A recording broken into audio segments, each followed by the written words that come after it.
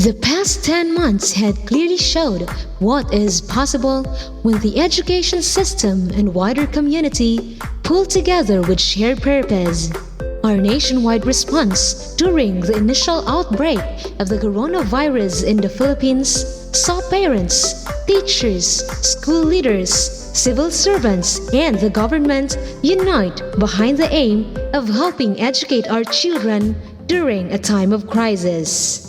Today signifies the culmination of our learners' 10 long months of hard work in their relentless pursuit of knowledge despite the pandemic. Knowledge that will enable a person to embrace opportunities and take on challenges with clear vision and purpose. Ladies and gentlemen, welcome to the 75th graduation exercises of San Joaquin Central Elementary School for school year 2020-2021 with the theme Strengthening the Quality of Education Amid the COVID-19 Pandemic. To start, let us all sing the Philippine National Anthem, followed by a prayer, the regional hymn, Calbayog City Hymn, and the school hymn.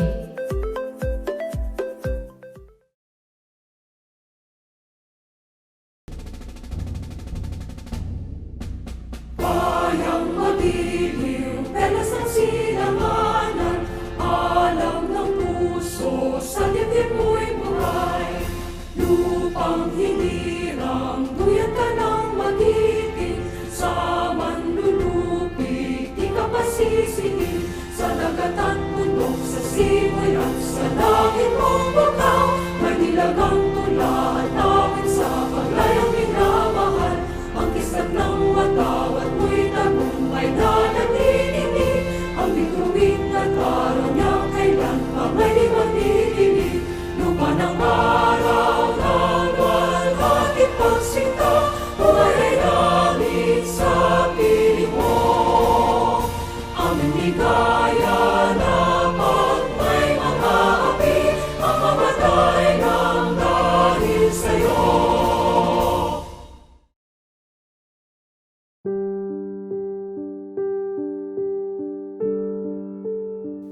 Heavenly Father, surround those who are graduating with your grace. Bless them with hope, so that they move into the future with eager and open hearts. Help them to put into use the knowledge, skills, and insights gained through their education for the good of all humankind. Inspire them to believe in the goodness of life, even when faced with challenges and difficulties. As they commence with their lives, may they grow ever more grateful and wise. All of this we ask in the name of Jesus, your beloved Son.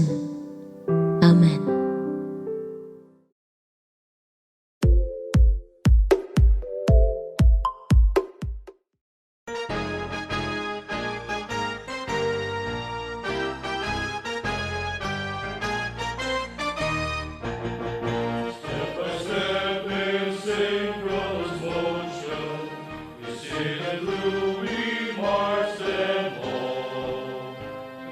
Children of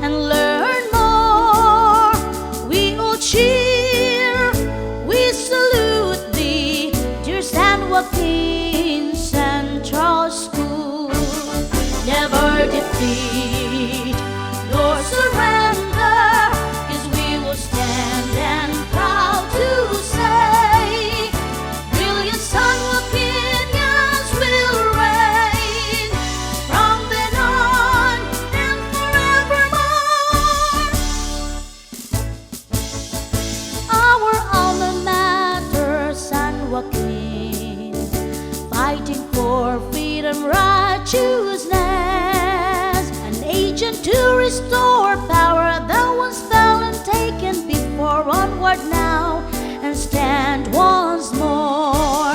Never defeat, no surrender, 'cause we will stand and proud to say, brilliant Son of Kings will reign from then on and forevermore. Never defeat, nor surrender, 'cause we will stand and proud to say, brilliant Son of Kings will reign from then on and forevermore.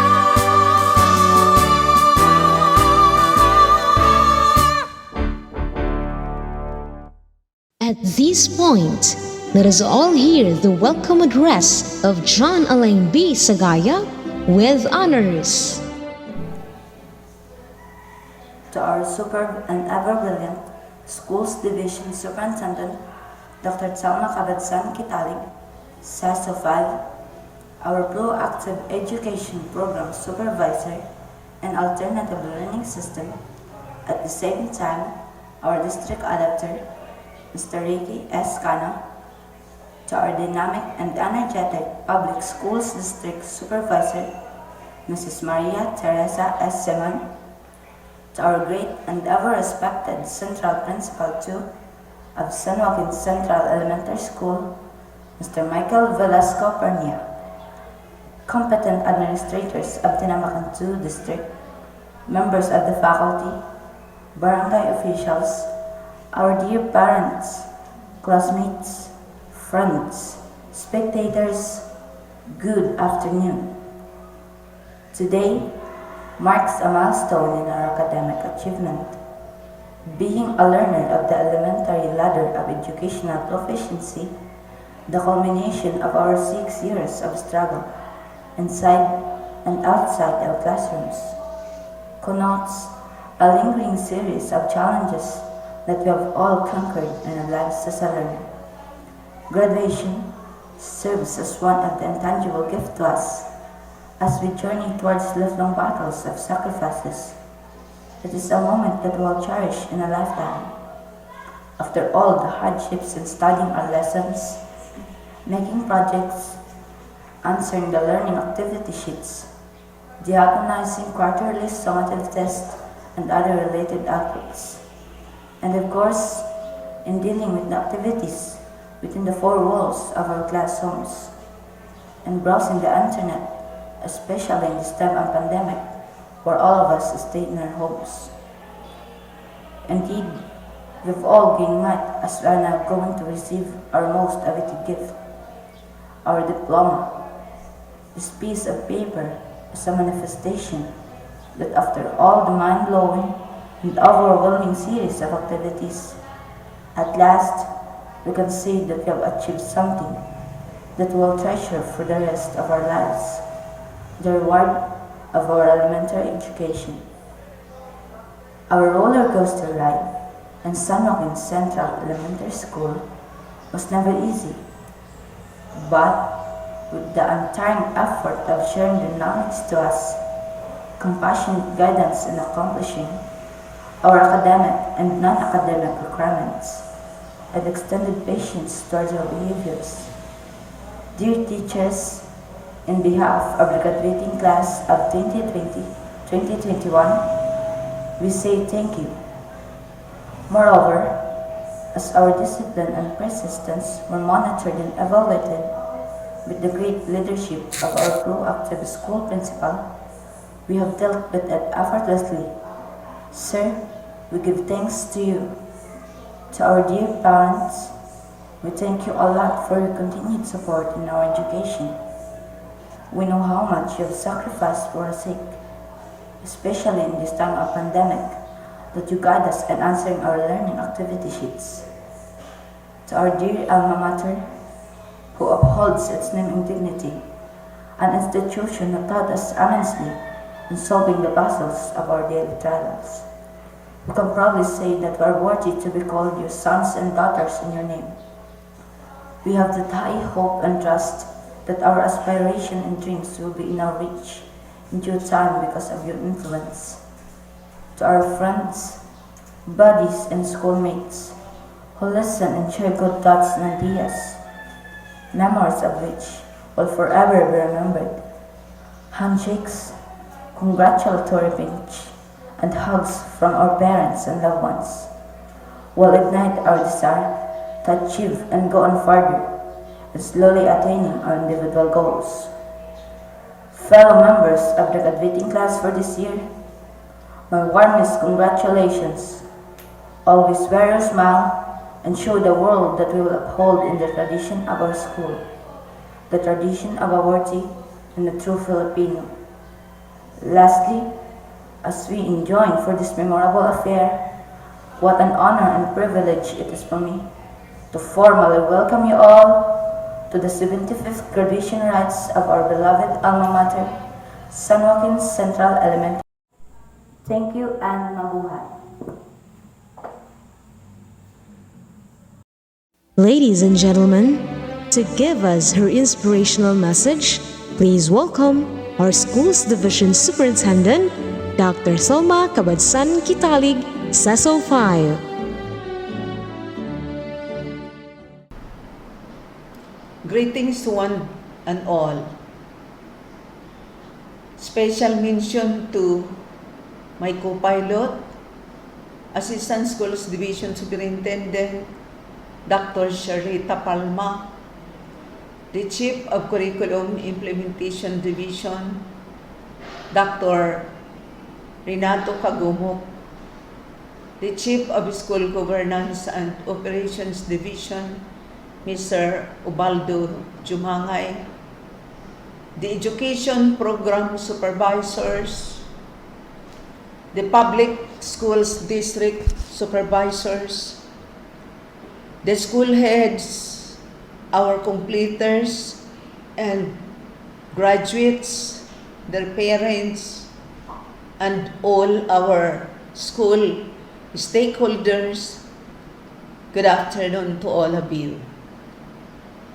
Today is another milestone in the history of our education pursuit for the sake of our children and their future. This is the completion and graduation rites of our school children this school year 2020-2021 with the theme Strengthening Quality Education Amidst COVID-19 Pandemic. Also, I consider this event a big celebration of the fruitful partnership we have fostered with our stakeholders led by our local government officials in the barangays and the city, as well as the cooperation, support, and understanding of our parents. It is worthy to mention that our teachers, the school heads, and supervisors have painstakingly shared all their best efforts with passion, dedication, and commitment. That is why the completion, the graduation rites is taking place today. To our young completers and graduates, I am congratulating all of you to have survived and won the battle against all the many challenges that have confronted you in trying to respond to the teaching learning modalities provided you by our schools during this pandemic. The teaching learning environment is very unusual, that put all of you, all of us, in a problematic, very problematic situation. But all of us did contribute in defining strategies responsive to every issue, event, concern, or even a problem, in solving all of this. So, we achieved all our intentions in reaching this day, your completion, your graduation rites. In this big event, I want you to remember this. Choose to see goodness in everything around you, and you will soon appreciate your life more.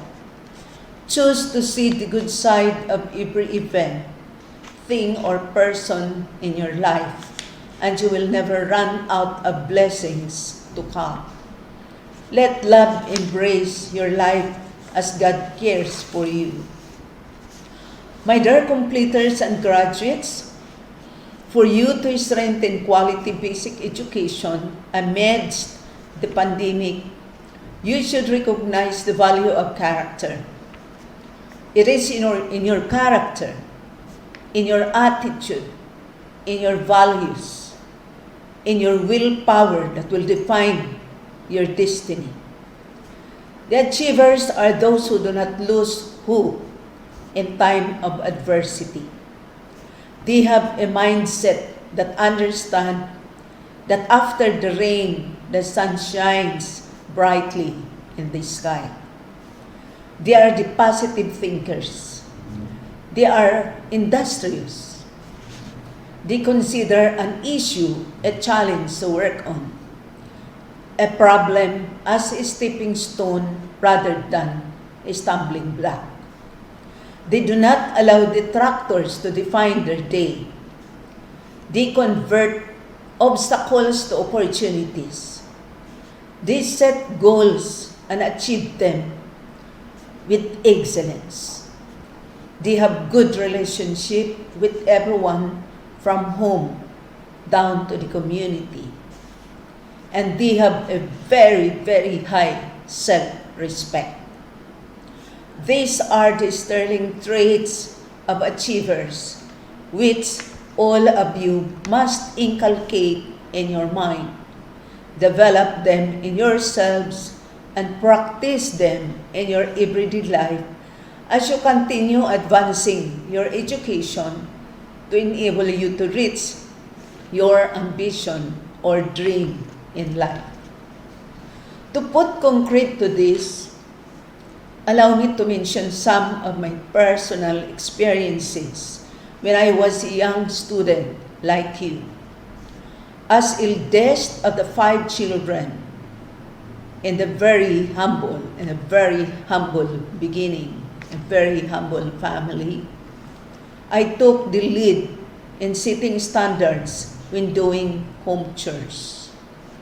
Every weekend, I was in the farm with my mother and younger brother, cutting the grass, planting all kinds of crops available, and harvesting those fit for harvest and bringing them to the market for sale. Occasionally, the 3 of us has to be in the forest to gather firewood enough for the week. Almost all the time in weekends, I was preparing native delicacies like iraid or puto bagol out of cassava, also for sale. So, doing this in those ways, we're no longer asking money from our mother for our projects in school. Actually, in all that we wanted to buy for ourselves when we were in school, like the school supplies and snacks, were both out of the income we have in selling root crops, vegetables, and the native delicacies. I also decided to indulge myself and my younger brother in gathering stones at the mountains not far away from the barangay where we were residing in some weekends when we were not in the farm. What did we do with those big stones? Of course, we gathered them just like what the barangay folks were doing, and we put them along the highway, then broke them into pieces just like what we are noticing or what we have now when we are having construction, then these small stones are usually, we call them gravel. So those were the things that we had done during those days. And we were selling as well those broken stones. But that time, it was by can. Per can, it was both, I think 15 centavos per can. And we used to have 30 to 50 cans, when the buyer, of the stones or gravel was already around. You see, my brother and I were already very happy when the buyer was already around, because most of the time we were able to make it to 50 cans of gravel and 15 centavos per can. Then we used to receive 7 pesos and 50 centavos. And you know what? Usually it took us about 3 to 4 months for us to be able to come up with that number of cans. But it was an addition to what we already have. Out of the selling of root crops, the selling of vegetables, the selling of the native delicacies. So you see, plus the purchase out of the stones or out of the gravel. Anyway, let me mention to you that my father has worked 14 years in a fishing boat, as a pescador. A pescador is the lowly paid laborer in the fishing boat. But after about 3 to 5 years, probably, my father got promoted to a position they call maestro. As maestro, he was the captain of the boat that stayed for 7 days at sea fishing. When the boat came ashore, we had plenty of fish at home, and this was a weekly scenario. So I learned how to slice the big fish and produce dried fish out of them, also for sale. Additional income again. In my childhood days, my dear young completers and young graduates, what I learned so much was about work. We have never wasted a day with barcadas because we have none. I have none. Yes, I do have friends among neighbors and in the school, my classmates, but we never spent a day for nothing.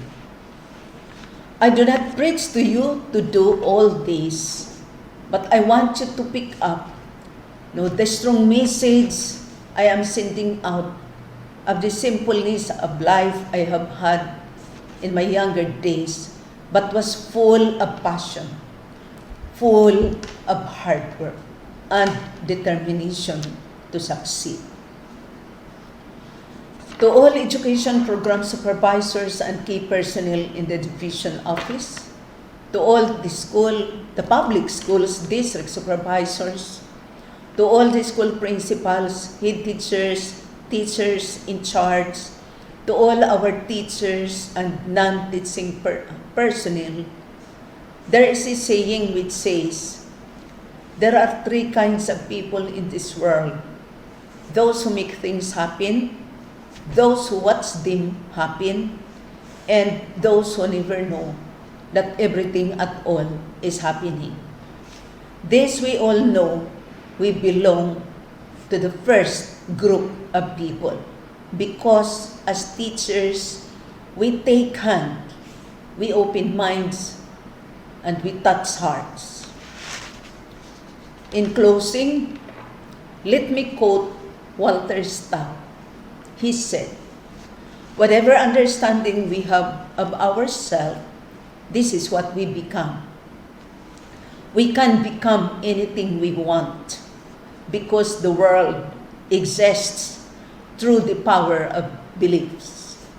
There is nothing fixed or limiting about human being. All the power of the universe is inside us. Simply put, we are who we think we are. And this we have the power to change, to make a difference. Thank you, and mabuhay tayong lahat. Again, to the graduates, congratulations. To the completers, of course, find your time very soon, either August or September for our next school year opening. Congratulations. At this juncture, Mr. Michael V. Pernia, Principal 2 of San Joaquin Central Elementary School, will do the honor of presenting the candidates for graduation. Before I present to you the candidates for graduation, allow me to give you a short history of enrollment of San Joaquin Central Elementary School 5 years ago. Last June 2016, upon the opening of classes, there were 133 students enrolled in grade 1 in San Joaquin Central Elementary School. However, due to transfer of residents, illness, and for some other reasons, this number decreases as years goes by.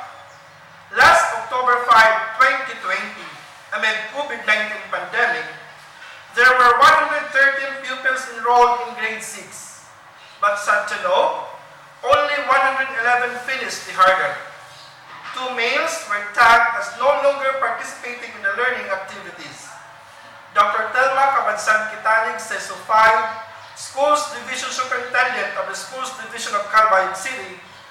Ma'am, I have the honor to present to you 57 boys and 54 girls, a total of 111 students as candidates for graduation of San Joaquin Central Elementary School.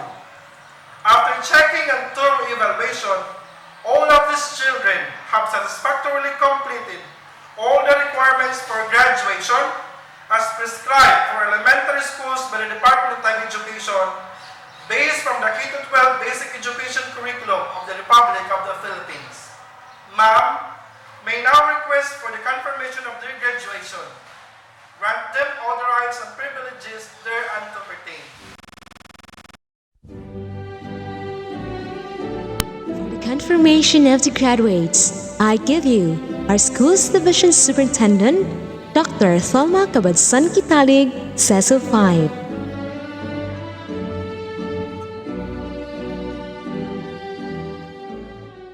By virtue of the power vested in me as the school's division superintendent, and that authority is coming from the office of the regional director, Dr. Jema Ledisma, and in consonance with the pronouncement coming from the 2 chiefs for the completers, Mr. Chumangay, and then for the graduates, candidates for graduation, coming from Dr. Rini Kagumo. Now, I confirm the following as completers. Kindergarten, 4,072. Grade 10, 3,836. As junior high school, 555. And for the candidates of graduation, I am confirming them graduates. Grade 6, 3,740. Grade 12, 2,981. Fifth year, 35. and Al's Elementary 47. With the completion of either, all of them, these 4,072 children are ready for enrollment in any public and private institutions, not just here in Calcayog City, but anywhere in the Republic of the Philippines. For grade 10, they are now eligible for enrollment to the senior high school, also anywhere in our Republic. For the ALS Junior High School, they are as well ready for enrollment in the senior high school, anywhere in the Republic of the Philippines. For our graduates, for grade 6, they are now eligible for enrollment in any public or private institution in our country. For grade 12, then this group practically has two options. It's either they proceed to college or they proceed to life. Life is all about anything they wish to do in accord with the dictum of moral values and what is accepted by the society. For the 5th year, of course, they are eligible also for enrollment in the next ladder of education. So with this, we have finally succeeded in our journey for the educational attainment of this group of children. That's why congratulations, not just to this group of children, but to all of us. Ladies and gentlemen, please welcome the San Joaquin Central Elementary School graduates, class of 2020-2021. From grade 6 Amethyst, with their advisor, Mrs. Editha T. Montermoso.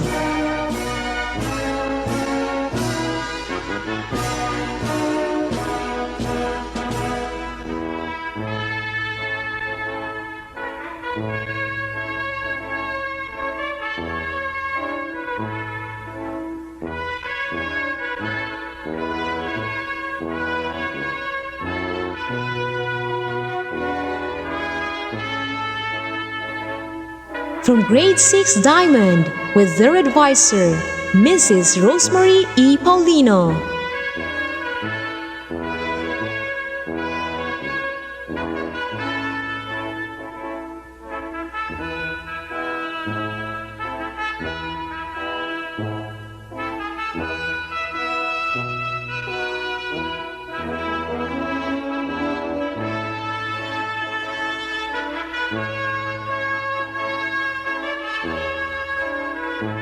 Grade 6 Ruby, with their advisor, Mr. Pablo P. De Los Santos.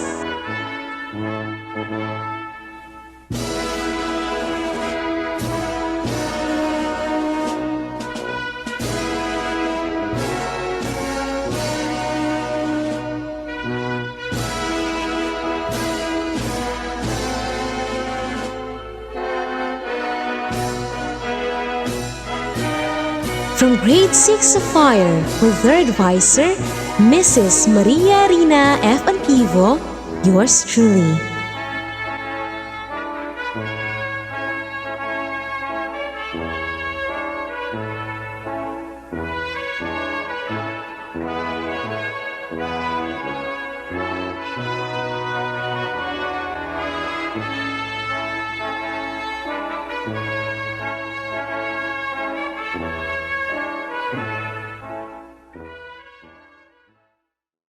The goal of meeting the dreams of our dear graduates lies in their very hands, and this is just their first battle that they have succeeded.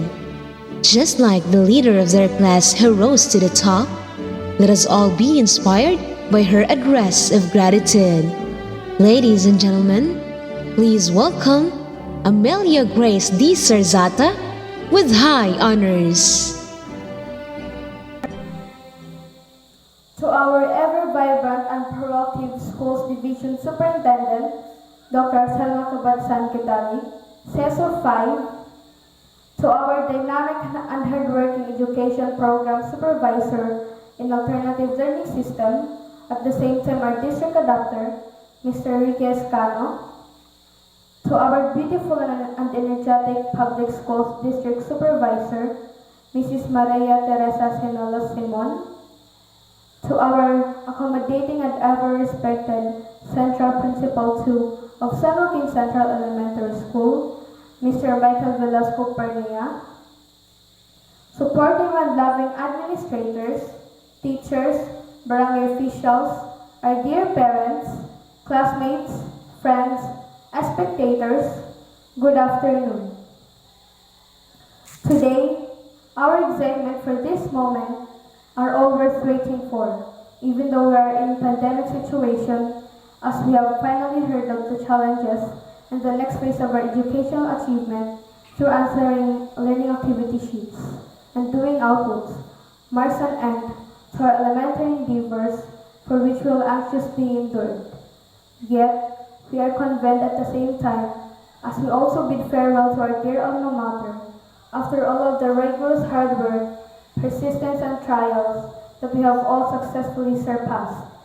Time flies, but we will always be grateful to the untiring compassion, remarkable efforts, gift of knowledge, and outstanding assistance of our second parents in the elementary institution, our teachers. Thanks for the continued support in our academic and extracurricular undertakings. Hindi po matutumbasan ng anumang bagay inyong sakripisyo sa paggawa ng aming mga learning activity sheets, sa inyong pagpupuyat sa pag-imprinta, at sa pagpupursige na may atin sa amin ang mga ito. We salute you, Ma'am and Sir. The next educational ladder in high school is about to open by the next school year, and I hope to see each other face-to-face learning as we walk through them, one after the other, and boast a magnificent vista to the unending horizon of trials in our lives. Elementary years may be over, but our 5 years of state and 1 year modular blended learning in our competent alma mater, who nurtures us holistically to become better citizens in our community, will always linger in our grateful minds and hearts. The guidance of our mentors towards our studies will forever be inculcated in us. The great leadership of our school principal will influence us to become superb individuals. Hindi man naging mas makahulugan ang ending ng ating elementary education dahil sa pandemyang ito, still, there are many reasons to be grateful. The memories of laughters during our free time, fun moments in doing our school projects and the like, excitement towards our peers, classmates and friends in joining the different school competitions, and answering learning activity sheets significantly contributed in our development, leading to where we are now. Sa aming mga magulang, maraming salamat po sa inyong suporta at patnubay, lalong-lalo na ngayong pandemya na nahihirapan kami sa pagsagot ng aming mga learning activity sheets. Without all of you beside us, we will tremble. Dabong salamat, Mama, Papa, Nanay, Tatay, Mami, Daddy, our dear parents. Inaalay po namin sa inyo ang aming diploma. May our small achievement bring honor and pride to you.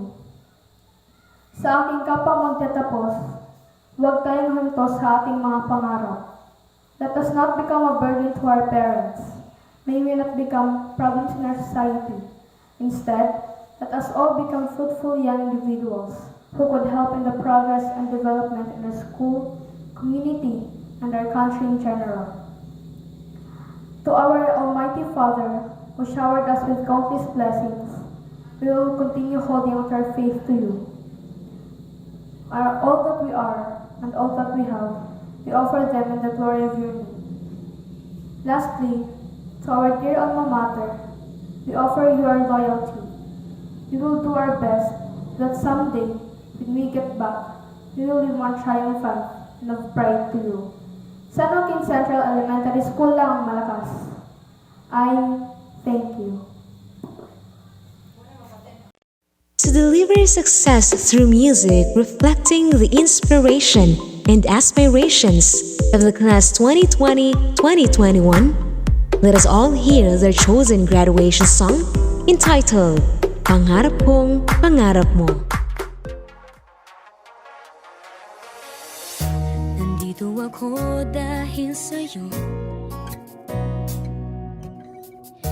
Hindi ko alam kung kakayanin kung hindi kita kasama. Sa aking paglipad, ikaw ang hangin na tala sa akin sa mga bituin.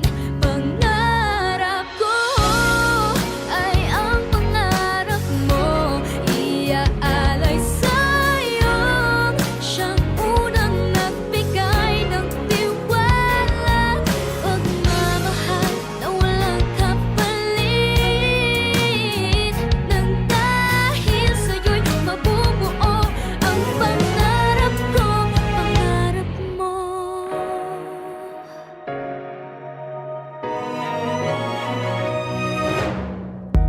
Nagtiwala kang kakayanin kong lahat. Naburang mga pag-aalinlangan ko dahil sa'yo. Pinakita mo sa'kin mga kaya kong gawin. At huwag matakot abutin at liparin itong pangarap ko. Ay ang pangarap mo. Iaalay sa'yo siyang unang nagbigay ng tiwala. Pagmamahal na walang kapalit.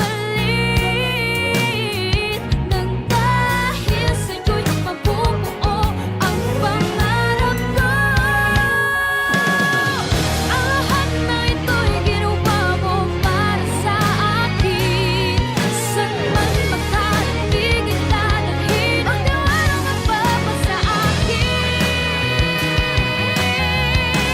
Ang pangarap ko ay ang pangarap mo. Iaalay sa'yo siyang unang nagbigay ng tiwala. Pagmamahal na walang kapalit. Nang dahil sa'yo'y mabubuo, dahil sa'yo'y maaabot, ngayon'y matutupad na ang lahat ng pangarap ko. Pangarap mo.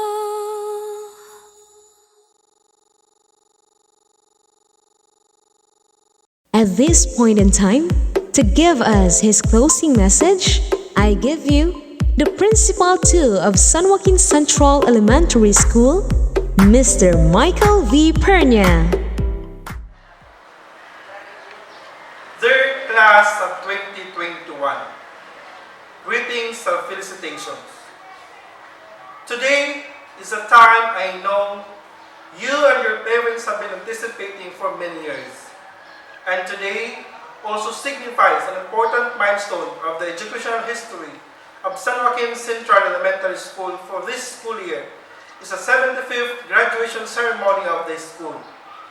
It may not be as grandiose and festive because of this pandemic, but still, it will be lasting and extraordinary on your part. For all of you, though I am fully aware that DepEd's action to prevent COVID-19 spread have caused a disruption of classes in this school year, and as well as anxiety and concern. Still, you stood up and continued chasing of fulfilling your dreams. I know that many of you have successfully navigated challenging situations in the past, and while this one is certainly both historic and unique. Thus, you all deserve to celebrate and be proud of yourselves. Although it's upsetting that the learnings that you've gained may not be enough, but still I believe that you can still be what you wanted to be, because what is being taught to you are the most essential learning competencies which are prerequisite in your pursuit of continuing to the next ladder of education. I know how your teachers have done their best for you to respond to the challenges of time as you take the next steps of your life. It can be hard to imagine what life could look like as time progresses.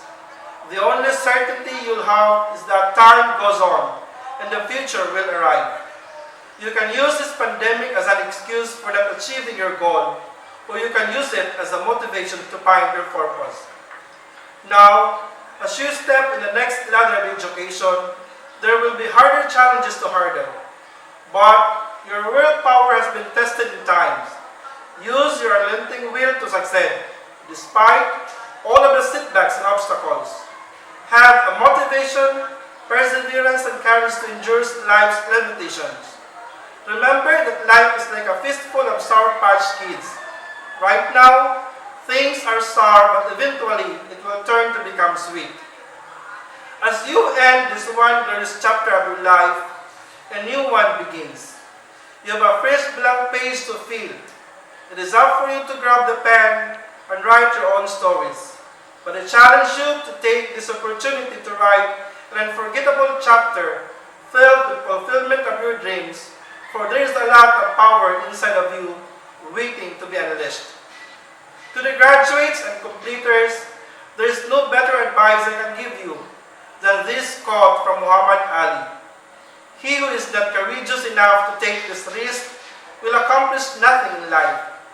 You are all capable of taking on any obstacles that may lie ahead. You have faced a challenging elementary life experiences that has never happened before, and you have overcome it, made it worthwhile. Sa mga kaganak, dako wala akong pagpasalamat sa suporta o bulig nga yung ginhatag na sa iyong mga anak. Agod, magmanilang pusong sira, siningang ira pag-aradman, apisar siningang pandemya nga atong ginaatubang. Kamu ay naging katubang namon dida sa pagpadangan sa maupay nga pag-aradman. Sa akong liwat, pagpasalamat sa atong mga individual nga nagataw ug nagpaangbit sa nila mga yagi, hilabinagod sa konseho sa Barangay San Joaquin, kaupod ang sangguniang kabataan. Tungod sa ira makusog na suporta, ang San Joaquin Central Elementary School inaging Brigada Regional Awardee, Mega Category. Ang San Joaquin Central Elementary School liwat usa sa mga eskwelahan nga ginbisita sa DepEd Regional Office No. 8 para agod igrebisar ang implementasyon sa bagong nga pag-aradman. Nga nini naging manilang puson nga maupay mga naging komento nga ira ginhatag sa aton liburan. Tungod sini, akon kamog utro nga ginaaghat nga magburubli kita utro para sa ikaupay sa San Joaquin Central Elementary School, para sa maupay nga kagbubuwason sa natong mga kabataan dinhi sa Barangay San Joaquin. To the teachers of San Joaquin Central Elementary School, let us work hand in hand to serve better our clientele, the learner. Let us all be one with our former DepEd Regional Director, Dr. Ramiro Oitico, when he said that the Department of Education will be the last to surrender. Again, congratulations graduates and completers of Class 2021. This is your time to shine. Spread your wings as you soar high. Good luck to all of you. The memories of these graduation exercises, though virtual, will forever be depicted in our hearts. Graduates, may you continue reaching for your stars with the help and guide of your loving and supportive parents. The 75th graduation exercises has already ended. This has been your host, Maria Rina F. Antivo. Graduates, start where you are, use what you have, and do what you can. Congratulations and mabuhay kayong lahat!